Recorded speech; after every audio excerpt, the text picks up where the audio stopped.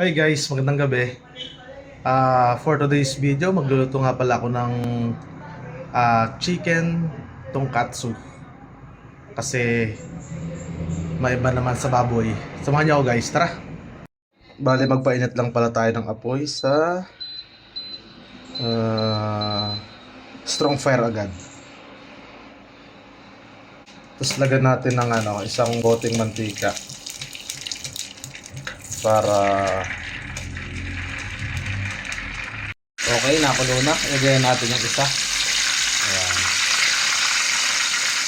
Pagsabayin ko na. Bale, 2 piraso pala ito guys. Ilagyan na natin ng isa. Yan. 2 lang yan guys. Gawa ng 2 lang naman kami. Kaya amahan natin siya dyan. Baliktaran lang natin guys. At mukhang luto na tong kabila. Para hindi masyadong ayoko nang masyadong toast na gawa ng naman to. Chicken breast naman itong ginamit ko. Diet kami ngayon ng konti gawa ng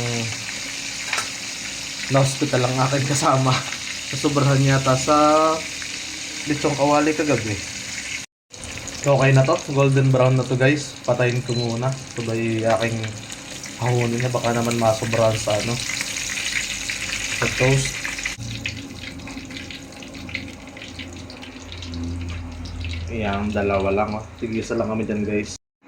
Susunod ko pala guys tong repolyo. Gigisahin ko lang yung repolyo para may gulay kami ngayon.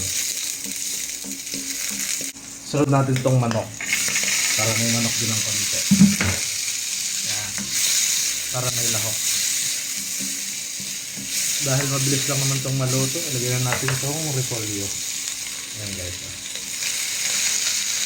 Haluin lang natin ng kaunti.